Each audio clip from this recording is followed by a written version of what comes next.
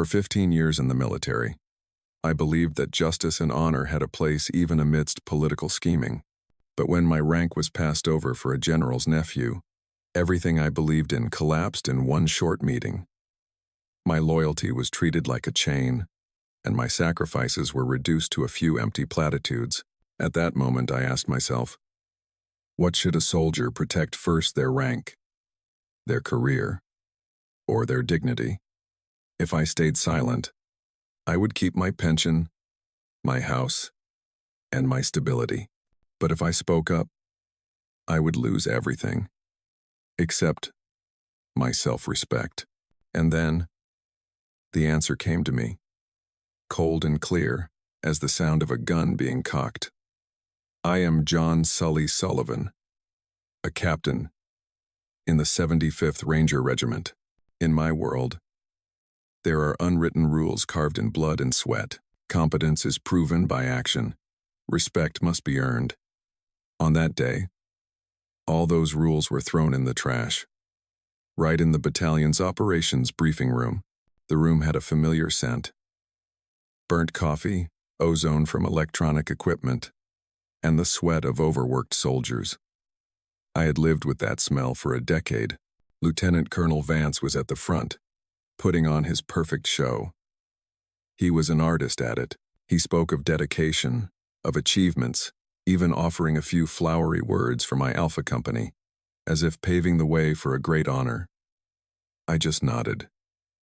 Vance's praise was dirt cheap. Then he stopped, clearing his throat. Here it was.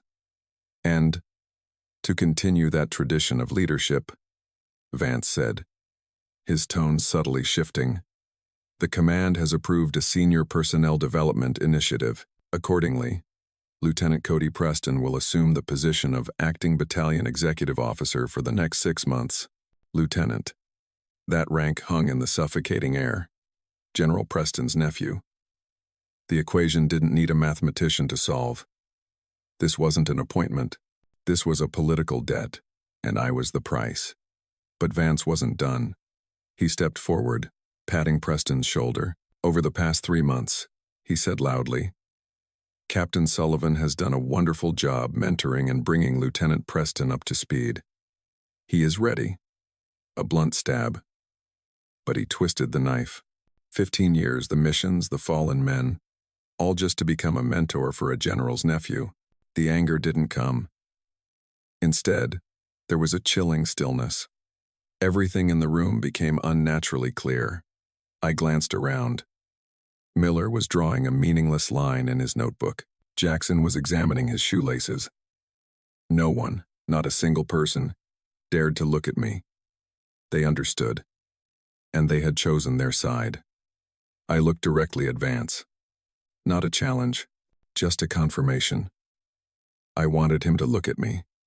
Just for a second. He couldn't do it. His eyes darted away, finding a corner on the wall map. A coward. Right then, I knew exactly what I had to do. The plan began to form in my mind. Not with emotion, but with cold logic. The game had changed, and I wouldn't play by their rules anymore. That evening, the silence in my office was louder than the roar of a C-130 taking off. On my laptop screen, my statement of earnings and allowances was displayed, and the number 15-inch the years of service section stared back at me. 15 years, a simple number, but behind it was a lifetime. The sand of Fallujah still crunched somewhere in my memory. The cold of the Korangal Valley still seemed to emanate from the screen. I remembered the faces of the soldiers I had lost and those I had saved.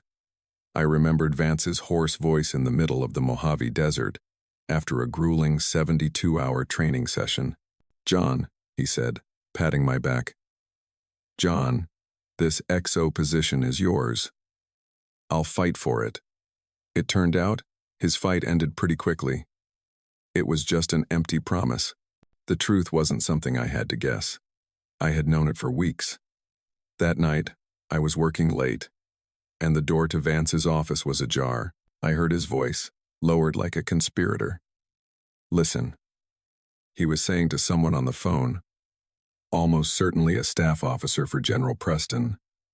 I know Sullivan is the most logical choice, but Cody is the general's nephew. This is about pleasing the command. It's a guaranteed career for all of us. I was about to walk away.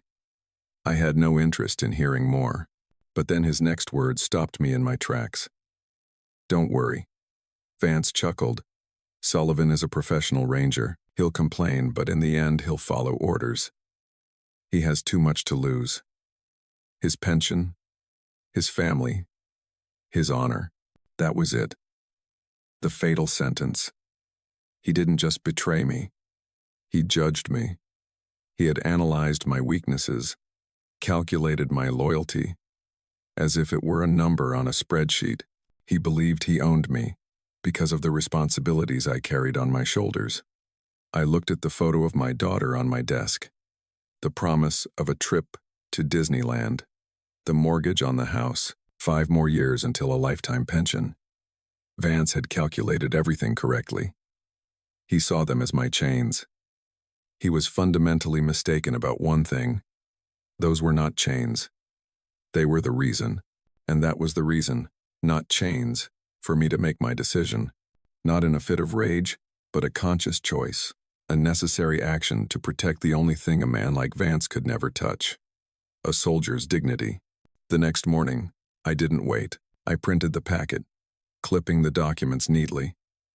Every action was deliberate, without a moment of hesitation.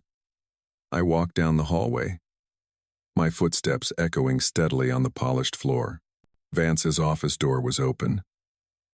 He was sitting behind his cluttered desk, talking on the phone and laughing loudly. He looked so comfortable, so powerful in his small kingdom. I stood at the threshold, not saying a word. My silence finally got his attention. He ended the call in a hurry.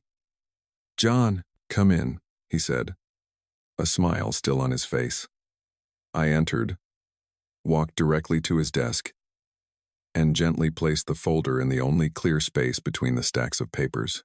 The smile on Vance's face didn't just fade, it evaporated. He looked at the top form, then up at me. His eyes narrowed. "What is this?" "My application for resignation from the Army, Lieutenant Colonel," I said, my voice steady, without a hint of emotion. His face went through a series of expressions: confusion, disbelief, then a flicker of panic I had never seen in him before.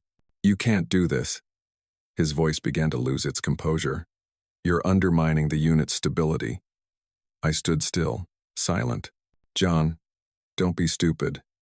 He switched to a persuasive tone, like a father talking to his impulsive son. "This is an emotional reaction. You have a family. You owe them a secure future. 5 more years, and everything will be fine." He was reciting the exact words he had said on the phone that night. He was using the very chains he thought could bind me. I stood up straight, looking him directly in the eyes. "Lieutenant Colonel," I said, my voice calm but as cold as steel. "For the past 15 years, this regiment has taught me that words and honor are everything. If those things can be traded away, then this is no longer where I belong." I paused for a beat, letting each word sink into the air between us. "My application is complete. With all due respect, sir." The last 2 words were emphasized professionally, but with immense distance. It placed a wall of ice between us. Vance leaned back in his chair, his mouth open but speechless. He was out of place. I turned and walked out, gently closing the door behind me. There was no anger, no regret, just a chilling clarity about the path ahead. The next 2 weeks, I became a machine for handovers. I held nothing back. Every standard operating procedure, SOP, every contingency plan, every personnel file, every characteristic of each platoon, I presented to Preston meticulously and clearly. I did it not for Vance or for him. I did it for the soldiers I was about to leave behind. They deserved a chance, however slim. Preston, for his part, plunged into the work with all the misplaced enthusiasm of youth. He truly believed he could optimize a Ranger battalion with management theories learned from West Point. The most typical example. He introduced something called a combat performance tracking matrix. Basically, it was a complex Excel spreadsheet with dozens of entries and color-coded cells, requiring platoons to update daily on everything from ammunition status to the number of hours of sleep a soldier got. It was an idea that might work well in an office corporation. Here, it was a farce. The sergeants and first sergeants, the backbone of this unit, reacted in a way only professional soldiers understand. Mechanical compliance to the point of sabotage. They filled out the reports perfectly, to the letter. When Preston asked, "What is the platoon's combat readiness status?" they would look him straight in the eye and reply, "Everything is according to procedure, Lieutenant." They weren't lying, but they also weren't telling him that according to procedure meant they were wasting 3 hours a day filling out a meaningless spreadsheet instead of checking equipment or practicing tactics. A few days before I officially left, my old Alpha Company's first sergeant, a veteran soldier who had been with me through 2 wars, met me in the parking lot. "Captain," he said, his voice low and to the point, "the guys are tired of this paperwork. They feel like they're working for a corporation, not a combat unit." He paused, looking toward the command building. "If this continues, when we need to react quickly, we won't be able to." I just nodded. I knew. Vance and Preston thought they were running a machine. They didn't understand that a unit like this is a living organism, connected by trust, experience, and instinct, and they had just cut its nervous system. I didn't need to do anything. I just needed to stand aside and watch it self-destruct. The opportunity came in the form of an encrypted call. One evening when I was at home, the caller ID showed no name, only a long string of characters. I pressed the answer button, waiting silently as per procedure. A short silence, followed by a series of authentication words read out, a code known only to a very small circle. I responded with my own sequence of words. After the authentication was complete, the voice on the other end finally spoke, hoarse and direct. "Captain Sullivan, it's me, Rostova, Colonel Eva Rostova, commander of the Asymmetric Warfare Group, or AWG, a super elite unit whose mission is to research and counter threats that the rest of the Army isn't even aware of." I stood a little straighter on reflex. "Colonel," I replied, my voice now steady. "I hear you're about to have a lot of free time," she said, a professional and indirect way of alluding to my upcoming resignation. "Rumors travel fast." "Yes, ma'am. It seems so." "Good," she said. "I don't care about administrative procedures. I only care about competence. I've read every after-action report you've written in the last 10 years. The way you analyzed the IED network in Sadr City, or how you broke the enemy's ambush tactics in Kunar province. We don't need people who just follow orders here, Sullivan. We need tactical minds." She paused for a second, letting her words carry weight. "We have an open position, head of tactical training for Tier 1 units.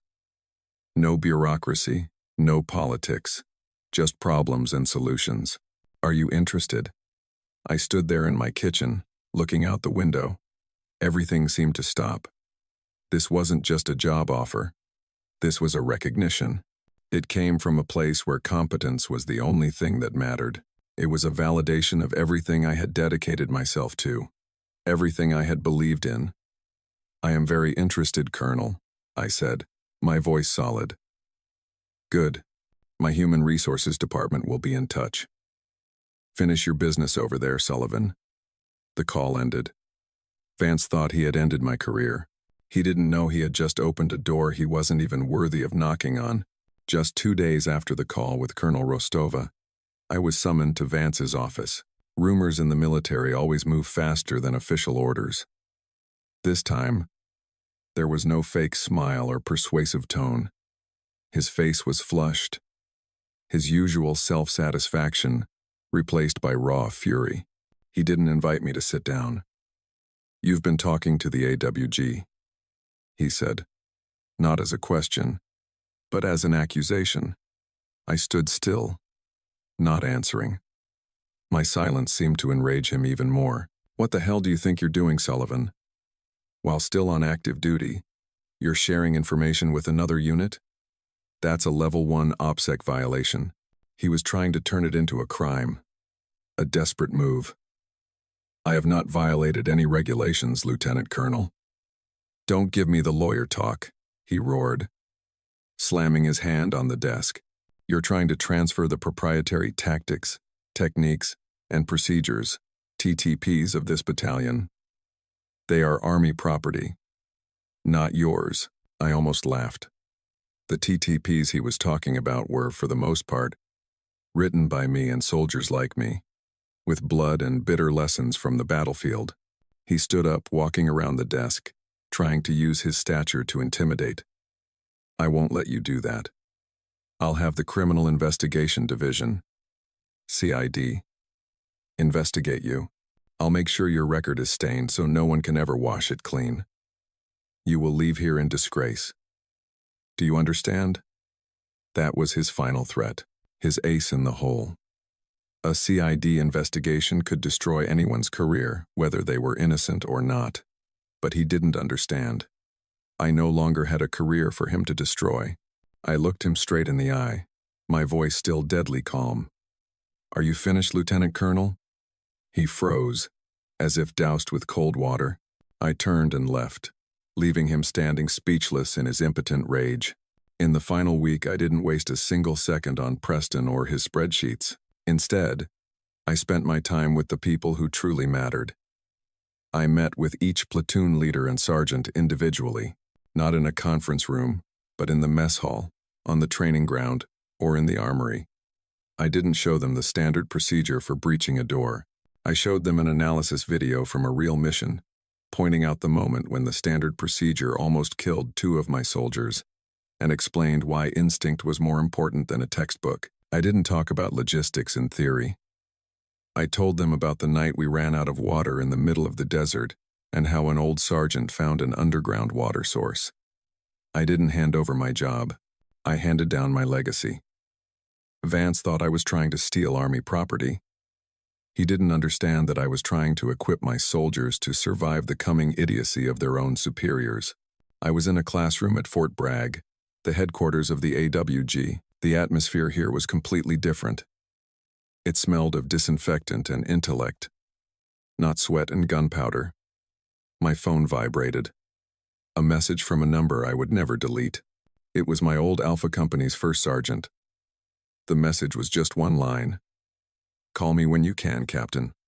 About NTC, the National Training Center, the place where units are sent to be ground up, to have all their weaknesses exposed under the brutal desert sun. I found a quiet corner and called him back. "The box chewed them up and spit them out, sir," the sergeant said. His voice tired and dejected. It was a total mess. I was silent, letting him continue. "First was logistics," he recounted. "Lieutenant Preston applied a software optimization system, ignoring the experience of the logistics NCOs. The result? Charlie Company ran out of 5.56 ammunition and javelin missiles in the middle of a critical defensive battle. They were overrun in less than an hour. I took a deep breath, a basic mistake. But that wasn't the worst part." His voice became heavier. "When things got chaotic, Preston panicked and called for artillery support. He misread a number on the digital map, just one number. The coordinates were off by 200 meters, landing directly on Bravo Company's simulated position. Silence. A deadly silence. The after-action review was a public execution," he continued. An observer officer stood up, his voice emotionless, and projected cold statistics onto the big screen. Friendly fire casualty rate, 18%. Main mission failures, 3/5. Then he looked straight at Preston and read the final conclusion out loud, each word echoing through the room. 1st Battalion, 75th, assessed. Combat ineffective due to systemic failure in command, control, and logistical planning. I closed my eyes. I felt no satisfaction, only the cold, empty feeling of inevitability, like a law of physics. One wrong action leads to a catastrophic result. "Thanks for the update, Sergeant," I said. "Stay safe." I hung up, looking out the window. The disaster at NTC wasn't caused by Preston. He was just a tool. This disaster was set in motion 6 months ago, in a conference room in Georgia, by a man who chose politics over his soldiers. And now it was time for him to pay the price. The consequences didn't come like a storm. It came like an Inspector General's investigation, cold, methodical, and unstoppable. The call came to my office at the AWG. The voice on the other end was polite, professional, and emotionless. They wanted an official statement about my role in training Lieutenant Preston and the reason for my resignation. I offered no opinions, no judgments. I just gave them the facts, a chain of events with no adjectives, arranged in chronological order. The truth, when placed under the cold light of an official investigation, has its own power. The nepotism scandal was exposed. Vance's political move was revealed. News about Vance came through a different, unofficial channel. It was my sergeant again. His voice this time had something close to serenity. "They denied his promotion. Captain," he reported. "His career is over. They've just transferred him to an anonymous desk job at the Pentagon. A black hole. Justice was served, in a very bureaucratic way. Vance wasn't court-martialed. He was simply erased, buried under tons of paperwork until he was eligible for a pension in silent disgrace. But the truly remarkable thing," the sergeant continued, and I could hear a shift in his tone, a touch of respect, "was about Preston." "What did he do?" I asked. After the NTC debriefing, he didn't blame anyone, didn't make excuses.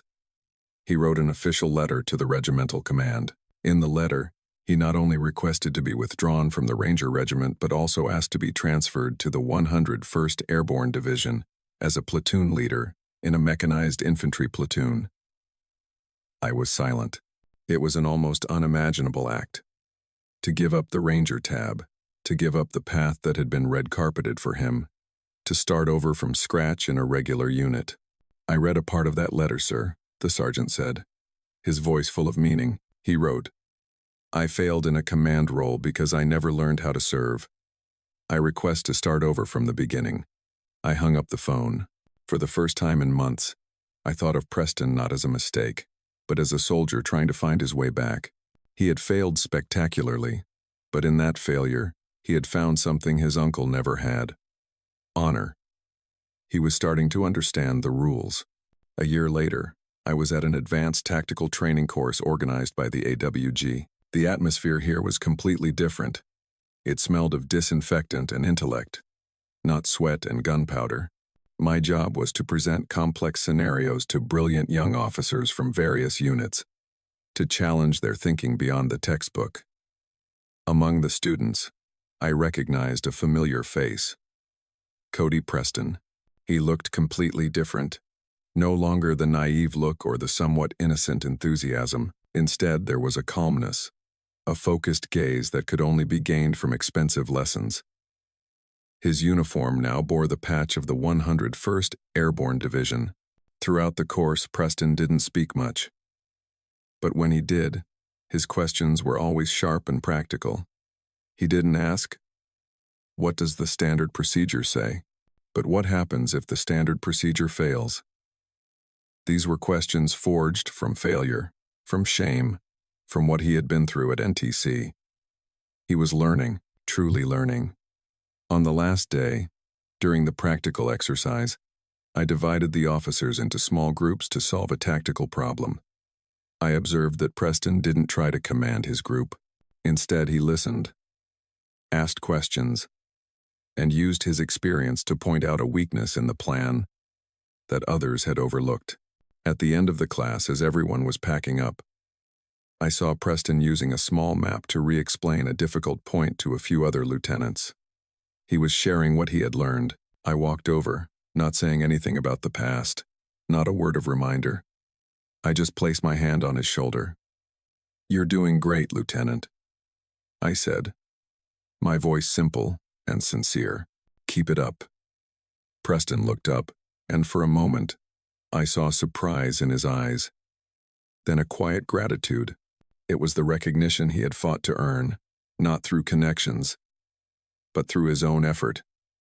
He just nodded. "Thank you, sir." I turned and walked out of the classroom. The cold feeling I had from that day had vanished, replaced by a sense of peace. I had not just saved my own honor. I had witnessed a young officer reclaim his own, and that was a completely different kind of victory. A victory that meant much more.